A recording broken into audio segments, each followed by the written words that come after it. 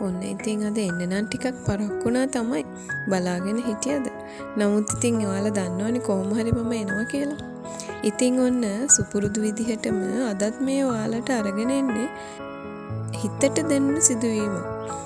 මේ සිදුවීම 9 වසරේ ඉගෙන ගන්න තරින්දි ගැනයි. තරින්දි කියලා කියන්නේ ටිකක් තරහව පාලනය කරගන්න අමාරු ගැහැණු ළමයි. අම්මා කියන දේවල් උනත් ටිකක් අහන්න අකමැති දරුවෙක්. කොටින්ම කිව්වොත් එයා ටිකක් හිතුවක්කාරයි. හැබැයි ඉතින් තාත්තා නම් එයාට වැරදි කියන්නෙත් නැහැ, බනින්නෙත් නැහැ කියලා තමයි එයාගේ අම්මා කියන්නේ. තරින්දිට සහෝදර සහෝදරියෝ කිසිම කෙනෙක් නැහැ. එයා විතරයි ඉන්නේ පවුලේ එකම දරුවා. ඉතින් ඒකත් එක හේතුවක් වෙන්න ඇති මේ දරුවගේ හිතුවක්කාර වැඩවලට. අම්මා කියන්නෙම මෙන්න මේ හේතුවයි තාත්තගේ දැඩි ආදරයයි තමයි තරින්දිව නරක කරන්නේ කියලා.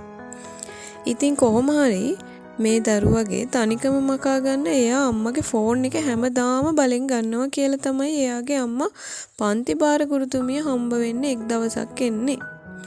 ඉතින් මේ දරුවගේ මේ ක්‍රියාව නවත්ත ගන්න බැරිම තැන තමයි මේ අම්මා ගුරුතුමියගේ සහාය පතන්නේ. කොහොම හරි මේ දරුවව පාසල් උපදේශනයේට මේ ගුරුතුමිය යොමු කරනවා. ඉතින් ඊළඟ දවසේ උපදේශනයේ ගුරුතුමිය පන්තිභාර ගුරුතුමියගෙන් ඉල්ලා සිටින්නේ තරින්දිගේ මවද ඇයට මුණ ගැසිය යුතු බවයි. ඒක නිසා මේ තරින්දිගේ මවත් පාසලට කැඳවා දෙන ලෙස ඉල්ලීමක් කරනවා.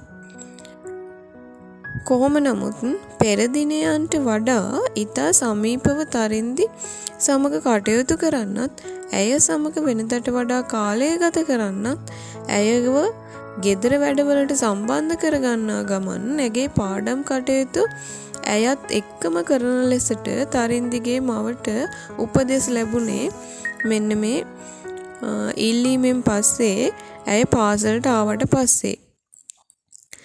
ඇය එහෙම තමයි කියා සිටියේ. මේ විදිහට සතියක් එකමාරක් ගියාට පස්සේ ෆෝන් එක දරුවගෙන් ඈත් කරමු කියලා තමයි උපදේශනයේ ගුරුතුමියගේ යෝජනාව වුණේ. කොහොම හරි ටික දවසකට පස්සේ උපදේශන ගුරුතුමියට තරින්දිම පොරොන්දුවක් ලබා දීලා තිබුණා. ඇයට දැන් දුරකථනය අවශ්‍ය නොවන බවත් ඉදිරි පාඩම් කටයුතු හොඳට කරගෙන යන බවයි. ඉතින් මේ විදිහට ගැටලුව සමතයකට පත් වුණා කියලා හිතුවට එය එසේ වේවිද? ජීවිතේ මොන දේ තිබුණත් තනිකම කියන දේ දරා ගනිද්දී ටිකක් අමාරුම දෙයක් වෙනවා. ඒ මොන දෙයකට වුණත් හොඳම බෙහෙත අම්මගේ ආදරය කියන එකත් මතක් කළ යුතුම වෙනවා. විශේෂයෙන්ම දුවකට එයාගේ ජීවිතේ හොඳම යෙහෙළිය වෙන්න අම්මට පුළුවන් නම් ඒකෙන්ම ඒ දරුවා ජීවිතේ දිනනවා. ඒ කියන්නේ ඒ අම්මත් ජීවිතේ දිනලා ඉවරයි කියන එකනේ.